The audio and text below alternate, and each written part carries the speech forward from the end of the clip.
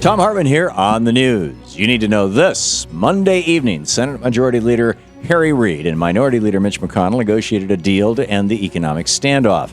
Their plan would temporarily fund the government and lift the debt ceiling and leave the next round of sequester cuts in place.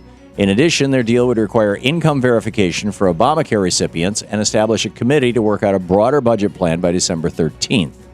In response, the House Republicans put forward another plan of their own. In addition to the provisions put forward by the Senate, the House plan would also delay the medical device tax for 2 years and require Congress to sign up for Obamacare without any employer contribution.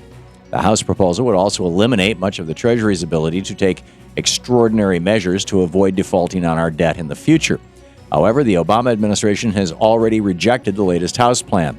A spokesperson for the White House said, quote, "The president has said repeatedly that members of Congress don't get to demand ransom for fulfilling their basic responsibilities to pass a budget and pass the nation's bills, and pay the nation's bills." And Senate Majority Leader Harry Reid said, "Let's be clear, the House Republican legislation will not pass the Senate." So with less than 48 hours until we default on our debt, it looks like we're left with a Senate plan to solve this problem. But the upper chamber can't move forward without unanimous consent, and that means that hard-right senators like Ted Cruz could stop the Senate from expediting a plan. As it stands now, it's unclear if a resolution is any closer or even farther away. Americans and the world are watching to see whether Senate leaders can find a way to bypass this political gridlock. Stay tuned. In screwed news, a deal may be in the works to avoid the debt limit, but technically, we're already in default. Although the United States has issued payments to creditors and bondholders, our government has already broken some very important economic promises. As Felix Salmon of Reuters explains, the Treasury's own definition of default is not meeting the, quote, legal obligations of the U.S., end quote. And not paying employees and contractors breaks those obligations.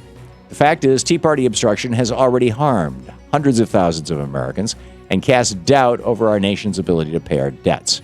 According to Felix Salmon, quote, "As a result, economic growth in both the U.S. and the rest of the world will be lower than it should be," end quote. The last time Republicans brought us to the edge of an economic cliff, it cost our nations thousands of jobs and billions of dollars. And it may take time to fully grasp the real cost of this round of economic hostage-taking. In the best of the rest of the news, local officials in North Carolina want to see that state's ban on same-sex marriage overturned. As a show of support for same-sex equality, a county register of deeds has started accepting gay marriage applications. Although he cannot add his signature yet legally, Drew Reisinger started collecting the applications today because of the likelihood that the discriminatory law will eventually be overturned. Mr. Reisinger said that because the Supreme Court struck down a key provision in DOMA, he made the decision to prepare for the day when North Carolina's law is changed as well. And he's not alone in his beliefs. Even that state's Attorney General, Roy Cooper, has personally come out in support of gay marriage, but he is committed to upholding the law in his state. For the time being, that law prohibits same-sex couples from marrying the person they love. However, when it's finally overturned at some point in the future, marriage applications can be signed quickly, and happy couples can tie the knot.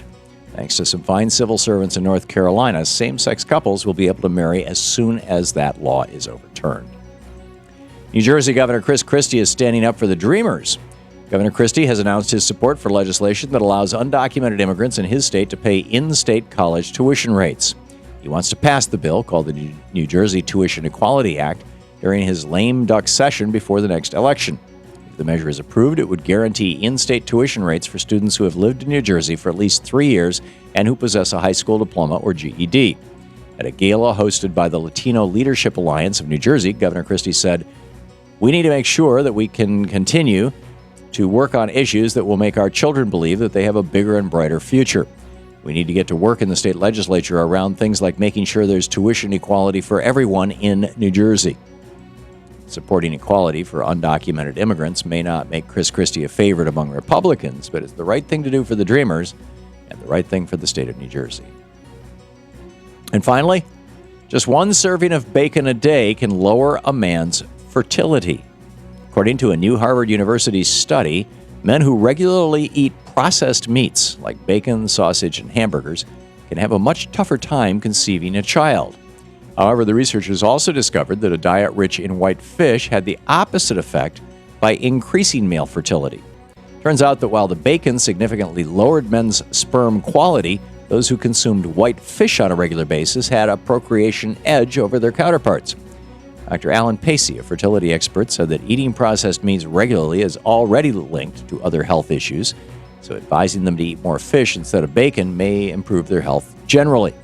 However, some men may take the results of this study another way, thinking that eating more bacon sounds a lot more enjoyable than a vasectomy. And that's the way it is today, Tuesday, October 15th, 2013. I'm Thom Hartmann on the news.